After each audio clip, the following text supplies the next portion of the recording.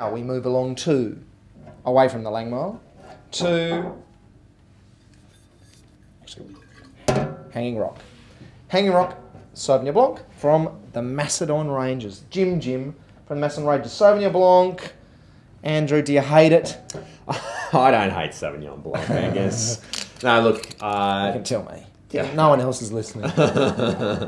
To be brutally honest, look, I wouldn't say the Sauvignon Blanc is my favourite grape. I suppose that is a lot to do with the fact that as far as a profile goes, Sauvignon Blanc is really all about one thing, and that's about big, bright, aromatic, juiciness just popping right out there. Grassy, herbaceous. Hey, this is Sauvignon Blanc.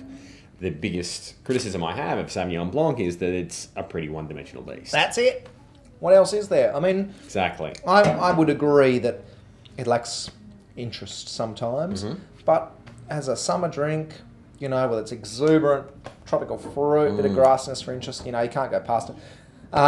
You know, when I'm looking at Sauv, you know, you really want a light colour.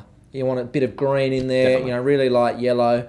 It smells like tropical fruit. It smells like passion fruit.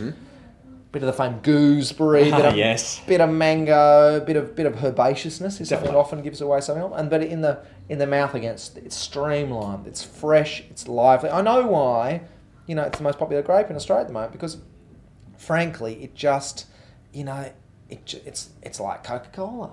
There's a lot of acid, there's a lot of sweetness. I don't think it's that bad. No. Well, the reason why I suppose I was a little bit critical of it is just because that it has been made in many styles to be just a little bit boring, and that's as simple as that. The reason why I say that is because there are some excellent Sauvignon Blancs out there. There are. And where does the best Sauvignon Blancs come from, Angus? Of course, comes from.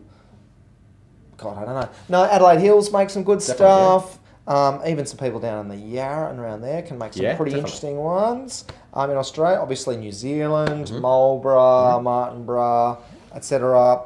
But the world actually, there's Sauvignon Blanc in a lot of countries. Yeah, there is. US does some pretty good Sauvignon Blanc, often a bit of oak, which is pretty interesting wines. Definitely, yeah. Fumé style, yes. Exactly, the Loire Valley in northern France. Sancerre, Fumé. Sancerre, yes. Yeah.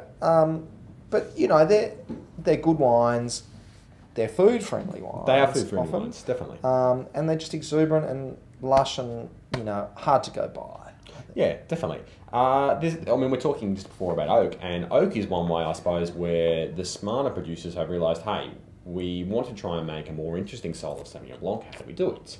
And I was critical before about saying that Sauvignon Blanc is a little bit one-dimensional.